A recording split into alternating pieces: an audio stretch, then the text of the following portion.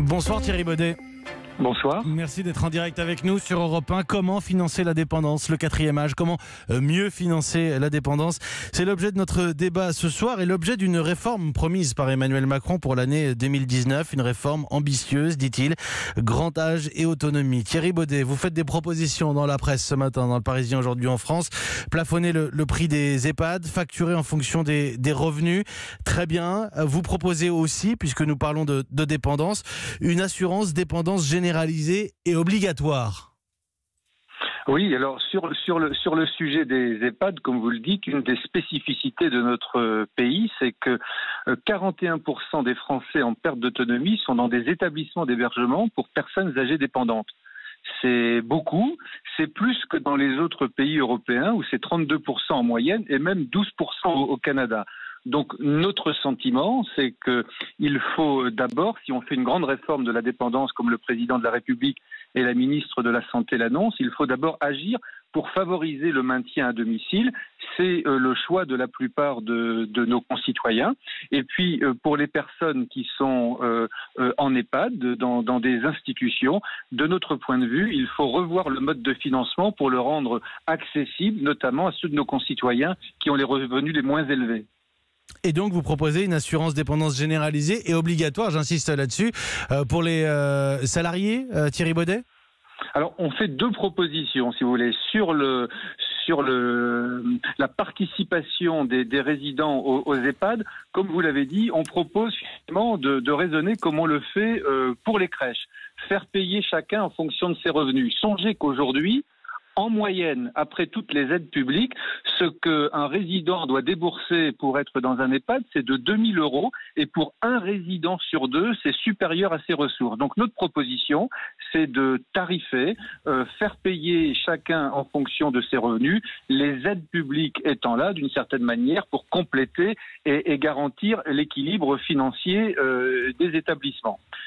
EHPAD, modifier le mode de financement, favoriser le maintien à domicile. Si on veut faire une grande réforme sur la dépendance qui concerne tous les Français, c'est une réforme qui concerne tous les Français, il va falloir des financements complémentaires. Notre souhait, c'est que naturellement la solidarité nationale puisse jouer pleinement son rôle.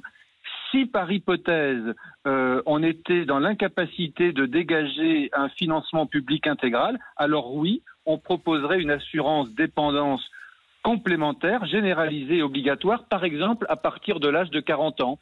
Et il nous semble que cette assurance généralisée pourrait être tout à fait associée à la complémentaire santé d'aujourd'hui. À la complémentaire qui existe aujourd'hui, généralisée et obligatoire, j'insiste sur votre proposition. Est-ce que ça veut dire qu'on abandonne, alors vous allez me dire non Thierry Baudet, mais est-ce que ça veut dire que vous ne croyez plus en l'idée de la création d'une cinquième branche de la sécurité sociale pour financer le quatrième âge, la dépendance ?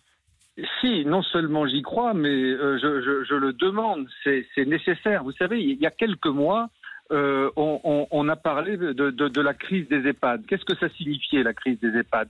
Ça signifiait que dans les EHPAD, les personnes âgées dépendantes qui sont accueillies sont plus lourdement dépendantes qu'il y a quelques années, avec pour résultat un taux d'encadrement qui est devenu insuffisant, avec une charge mentale des salariés des EHPAD qui est très importante, avec un turnover important. Donc on voit bien, déjà si on ne parle que des EHPAD, qu'il faut augmenter le taux d'encadrement, qu'il faut retravailler sur l'attractivité des métiers, notamment en revoyant très clairement la question des salaires. Ça, c'est pour aujourd'hui. Mais le sujet de la dépendance, c'est un sujet pour aujourd'hui, mais surtout pour demain. D'ici 2060, on s'attend à un doublement des personnes âgées dépendantes. Et donc, on voit bien qu'il faudra faire appel à des financements importants. Si, encore une fois, les financements publics seuls peuvent y parvenir, c'est formidable, c'est parfait, c'est la solidarité nationale à laquelle vous semblez en douter, vous semblez en douter, Thierry Baudet. Oui, je suis dubitatif. Mais pourquoi alors, Thierry Baudet, je vous pose la question autrement. Et là, pour le coup, c'est loin d'être de la faute de la mutualité française, mais sincèrement, ces questions démographiques, on les connaît depuis de longues années. C'est quoi le problème aujourd'hui? Le manque de volonté politique, le manque de courage politique sur cette question-là?